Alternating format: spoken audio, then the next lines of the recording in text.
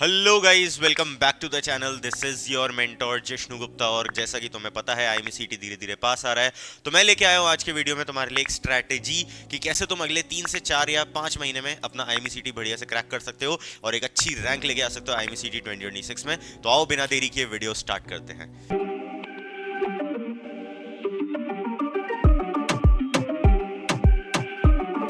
तो जैसा तुम्हें पता है, किसी भी स्ट्रैटेजी को प्लान आउट करने से पहले तुम्हें दो चीजें पता होनी चाहिए, क्या करना है, कितनी देर में करना है। तो आओ सबसे पहले निकालते हैं कितना टाइम है हमारे पास। So the first thing which we need is time. कितना टाइम है? तो मुझे बताओ अभी क्या चल रहा है। अभी तुम बोलोगे सर जैन चल रहा है। और तुम्हारा आईएमसीटी कब होगा? सर मई एंड में होगा या फिर जून के फर्स्ट वीक में होगा। तो मतलब अपन मई तक पूरा पूरा काउंट कर सकते हैं। तो जनवरी टू मई कितना हो गया? जनवरी, फरवरी, मार्च, अप्रैल, मई, 5 मंथ्स होते हैं तुम्हारे पास एग्जैक्टली। ठीक है, ठंड आ गई है यार, ठंड हो गई है। तो 5 महीने तुम्हारे पास एग्जैक्टली है और इन 5 महीने ही, यही 5 महीने डिसाइड करेंगे तुम आईएमसीटी में क्या रैंक लेके आओगे। अब मुझे बताओ, क्या 5 महीने सफिशिएंट है किसी बच्चे को 0 टू आईएमसीटी में एक अच्छी रैंक के लिए? या फिर क्या 5 महीने में आदमी बस एक लेवल तक आईएमसीटी में रैंक ला सकता है, उससे ज्यादा बेहतर रैंक नहीं ला सकता? वही मैं तुम्हें आज की वीडियो में बताऊंगा, और कैसे तुम एक अच्छी रैंक ला सकते हो अपने करंट सिचुएशन के हिसाब से, वो भी आज के वीडियो में जानेंगे। तो फटाफट से वीडियो को लाइक और चैनल को सब्सक्राइब कर लो, बिकॉज वापस से मैं अपनी स्ट्रैटेजी सीरीज कंटिन्यू करने वाला हूँ। वापस से मैं तुम्हारे लिए रेगुलर स्ट्रैटेजीज और इन्फॉर्मेशन लाता रहूंगा। सो बी श्योर कि तुम मेरे वीडियो स्किप आउट नहीं कर रहे हो। ठीक है, चलो आओ। अब देखो, तुम्हारे पास 5 महीने हैं, ठीक है, और 5 महीने में तुम्हें फोड़ के रखना है आईएमसीटी। ठीक है, मैनिफेस्टेशन तो तुम्हारी यही कहती है कि 5 महीने में तुम्हें आईएमसीटी फोड़ के रख देना है। अब इसमें दो तीन कैटेगरी के बच्चे होंगे। एक अपियरिंग कि यार हमें तो पहले बोर्ड्स देना है, बोर्ड्स ही मेन टारगेट है, बोर्ड्स में ही एलिजिबिलिटी नहीं आई तो बाकी सब तो बर्बाद ही हो जाएगा। बात सही है, बट क्या होता है ना कि अब तुम्हें ये चीज़ खुद से जज करनी पड़ेगी कि क्या तुम अच्छे ला सकते हो बोर्ड्स में परसेंटेज या नहीं ला सकते हो। कहने का मतलब, अगर तुम ऑलरेडी कॉन्फिडेंट हो कि हाँ मेरे प्री बोर्ड्स अच्छे गए हैं, मैं इतना कॉन्फिडेंट हूँ कि मैं अच्छा खासा ला सकता हूँ बोर्ड्स में, तो अब तुम्हें समझना पड़ेगा ये चीज़ कि सिर्फ बोर्ड्स बोर्ड्स करने से कोई फायदा नहीं है। यू आर ऑलरेडी कॉन्फिडेंट, तुम 75-80 ले आओगे बोर्ड्स में, ठीक है। अब ज़्यादा पढ़ के भी 90 वाले ब्रैकेट में चल जाओगे, which is of not that much use. ठीक है, ठीक है, तुम्हारा एलिजिबिलिटी क्लियर हो गया, खत्म है। ओके तो अगर तुम 75-80 ला सकते हो बोर्ड्स में, you are confident about that, तो लग जाओ कि ठीक है 80% टाइम अपने को आईएमसीटी में देना है, 20% अपन बोर्ड्स को देते रहेंगे, सो दैट अपन प्रैक्टिस में रहें। That's it. ठीक है, तुम्हारे लिए मेरा यही सजेशन है। अगर तुम्हें लगता है मैं बोर्ड्स में इजीली नंबर ला सकता हूँ, अगर मैंने साल भर पढ़ाई करी है and I am very confident कि मैं ले आऊंगा बोर्ड्स में अच्छी परसेंटेज, तो अभी start shifting yourselves towards IMCT थोड़ा बहुत। बाकी अगर तुम्हें डाउट है कि यार मैं शायद बोर्ड्स में ही नहीं ला सकता अच्छे, तो फिर प्रॉपर अभी बोर्ड्स करो। मेरा भी यही सजेशन रहेगा, बिकॉज अगर बोर्ड्स में ही एलिजिबिलिटी नहीं रही, ठीक है, बोर्ड्स में ही 60% से कम ले आए, so it's almost a waste of year. ठीक है, को मतलब नहीं है, फिर फालतू इंप्रूवमेंट वगैरह दोगे। ठीक है, सो बेटर है कि अभी 1 से 2 महीने प्रॉपर बोर्ड्स में लग जाओ, बोर्ड्स निकालो बढ़िया से। ओके, सेकंड कैटेगरी है ड्रॉपर्स। अच्छा, इसमें मैंने इंप्रूवमेंट भी कंसिडर कर लिया है। वाई? बिकॉज इंप्रूवमेंट वाला भी सेम केस है। अगर तुम्हें लगता है कि तुम बोर्ड्स के लिए कॉन्फिडेंट हो, आराम से ले आओगे 70-75, तो फिर लग जाओ आईएमसीटी में। 80% time IMCT, 20% time boards. But अगर नहीं लगता है तो प्रॉपर बोर्ड्स में लगो। ड्रॉपर बच्चे जिनको बोर्ड्स वोर्ड्स का कोई टेंशन नहीं, प्रॉपर आईएमसीटी में लग जाओ। अभी सारी चीजें दिमाग से लगा लो, दिन रात तुम्हारे बस एक ही चीज चलनी चाहिए दिमाग में, आईएमयू सीटी, आईएमयू सीईटी और IMU CET. Why? Because PCM अगर तुम्हारा अच्छा नहीं रहा, अगर तुम्हारा पीसीएम ही बढ़िया नहीं रहा, तो मेरे दोस्त आईएमसीटी तो तुम भूल जाओ। ठीक है, क्योंकि आईएमसीटी का पूरा गेम ही पीसीएम है यार। मतलब सी भी हटा दो, पी एम ए, आईएमसीटी का पूरा गेम ही पीएमए है। मतलब फिजिक्स, मैथ्स और एप्टीट्यूड। अगर तुमने इसमें बढ़िया गेम खेल लिया तो श्योर श्योर तुम्हारी डेफिनेट बढ़िया रैंक आएगी। Okay, so the game is about physics, maths and aptitude. Okay, तो अभी तुम्हें प्रॉपर इसमें लगना है। अब तुम बोलोगे सर कैसे लगना है? देखो एग्जैक्टली तुम्हें मेरे पिछले वीडियोस से भी और अभी तक की काफी वीडियोस से इतना तो आइडिया लग गया होगा कि हाँ, आईएमसीटी में रिपीटेड क्वेश्चंस आते हैं, या फिर ये कह लो कि कुछ चैप्टर्स से फ्रीक्वेंट क्वेश्चंस पूछे जाते हैं, कुछ से नहीं पूछे जाते। ठीक है, तो अगेन तुम्हें खुद की स्ट्रैटेजी बनानी है। 3 साल के previous year question papers already हम लोगों ने बच्चों को प्रोवाइड कर रखे हैं। ठीक है, तुम्हें भी चाहिए तो फटाफट से डिस्क्रिप्शन वाला गूगल फॉर्म भर दो, एंड मैं तुम्हें पास्ट 3 इयर्स के प्रीवियस ईयर क्वेश्चन पेपर पकड़ा दूंगा। 3 years previous year question paper. ठीक है, हमारे पास एग्जैक्टली आईएमयू द्वारा मंगवाए हुए 3 साल के क्वेश्चन पेपर्स पड़े हैं, जिनमें तुम्हें पूरा आइडिया लग जाएगा कि वेदर कौन से क्वेश्चंस आ रहे हैं, कौन से नहीं आ रहे हैं, कौन से चैप्टर्स इंपॉर्टेंट है, कौन से नहीं है।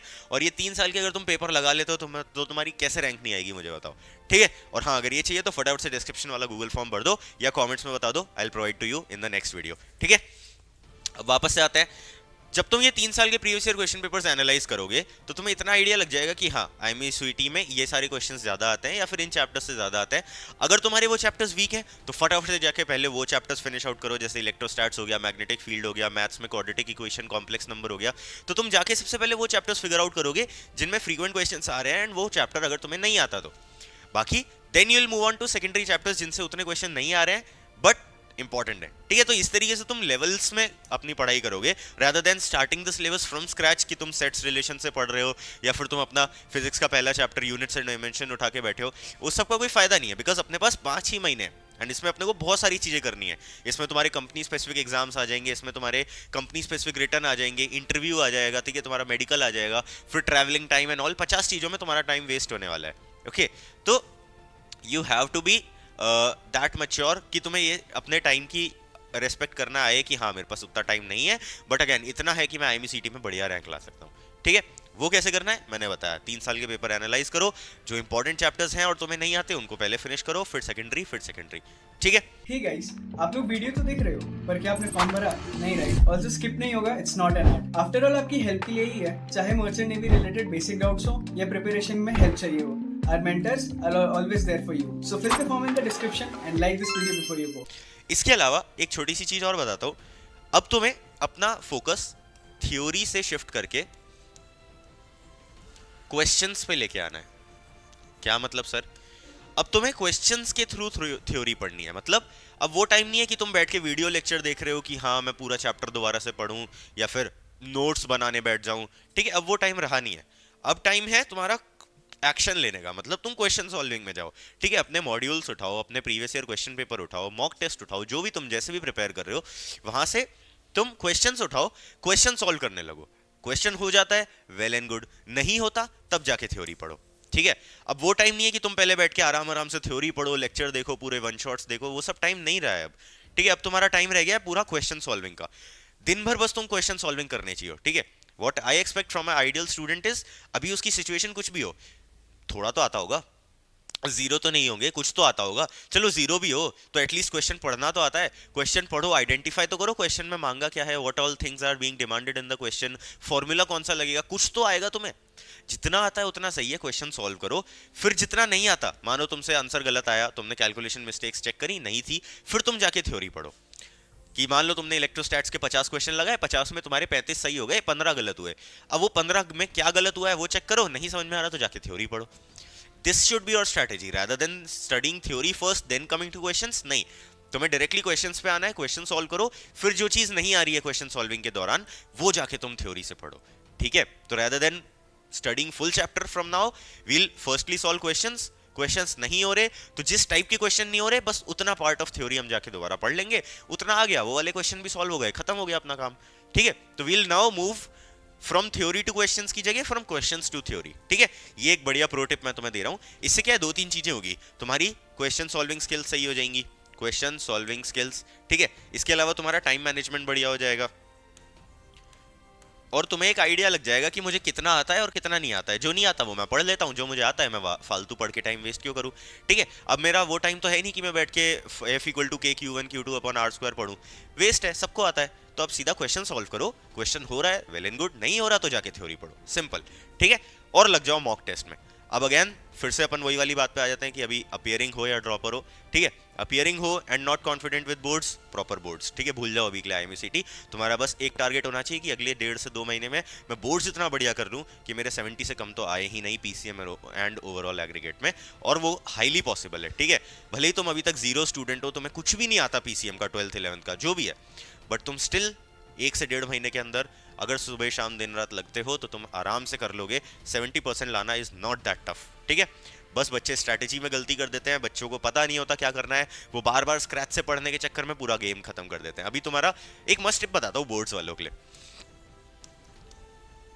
अभी जो बोर्ड्स वाले हो ना, अब वो बुक्स फेंक दो अपनी NCERT की, तुम्हें अब उससे मतलब नहीं है। अब तुम उठाओ 5 साल के बोर्ड्स के, जो भी तुम्हारा बोर्ड है, CBSE, ICSE, महाराष्ट्र बोर्ड, जो भी है, उसके 5 साल के पेपर उठा के बैठ जाओ और जो जो क्वेश्चन उसमें लिखे हैं ना उनके आंसर खुद बनाने लगो, जैसे कि तुम बोर्ड एग्जाम में क्वेश्चन सॉल्व करके आ रहे हो। ठीक है, जो भी थ्योरी आंसर है वो खुद लिखने लगो। अब ऑब्वियसली तुम लिखोगे तो तुम्हें 4 चीजें आएंगी, 4 नहीं आएंगी। जो नहीं आ रही वो क्वेश्चन जाके दोबारा पढ़ो, जो आ रही है उसको डन करके आगे बढ़ जाओ। 5 साल के पेपर उठाओ और बस उन क्वेश्चंस को पढ़ना है तुम्हें उठा के पूरा चैप्टर नहीं पढ़ना है, तुम्हें बस उस क्वेश्चन का आंसर आना चाहिए। अब उसको आने के लिए तुम्हें यूट्यूब वीडियो देखना है, तुम्हें कुछ समझना है, तुम्हें टीचर की हेल्प चाहिए, जो करना है करो, लेकिन बस उन 5 साल के प्रीवियस ईयर पेपर्स के किसी भी क्वेश्चन में तुम्हें डाउट नहीं होना चाहिए, उस लेवल तक तुम डन कर लो। इसका मतलब ये नहीं तुम्हें जाके चैप्टर दोबारा पढ़ना है, नहीं, तुम्हें बस वो टॉपिक आना चाहिए जो उस क्वेश्चन में पूछा गया है। ठीक है, तो अगर तुम ये 5 साल के प्रीवियस ईयर क्वेश्चन पेपर बढ़िया से सॉल्व कर लेते हो ना, तो आई एम डैम श्योर तुम आराम से 70-75% आराम से ले आओगे, बिकॉज रिपीटेड क्वेश्चंस ही आते हैं, कुछ दुनिया में ज्यादा नया नहीं पूछा जाता है। ठीक है, सो ये एक प्रो टिप मेरी तरफ से बोर्ड्स वालों के लिए, एंड आईएमसीटी वालों को मैंने कवर कर ही लिया है। You have to solve questions, जितने क्वेश्चन हो सके तुम दिन रात सुबह शाम बस अब क्वेश्चन सॉल्व करोगे और 1 से 2 घंटा बैठ के थ्योरी पढ़ोगे, जो क्वेश्चंस तुमसे नहीं सॉल्व हो रहे उसकी, दैट्स इट। ये तुम्हें स्ट्रेटेजी फॉलो करनी है। इसके अलावा मॉक इंटरव्यूज देना स्टार्ट कर दो और मॉक टेस्ट देना स्टार्ट कर दो, because that is what will decide your future now. जितने तुम मॉक टेस्ट दोगे टाइम मैनेजमेंट बढ़ेगा, जितने तुम मॉक इंटरव्यू दोगे कम्युनिकेशन स्किल्स बढ़ेगी, and this is high time तुम अपने मॉक इंटरव्यूज पे भी फोकस करने लग जाओ, whether you are a board student और not a board student, because हफ्ते में एक मॉक इंटरव्यू देना 15 से 20 मिनट का is not a big deal.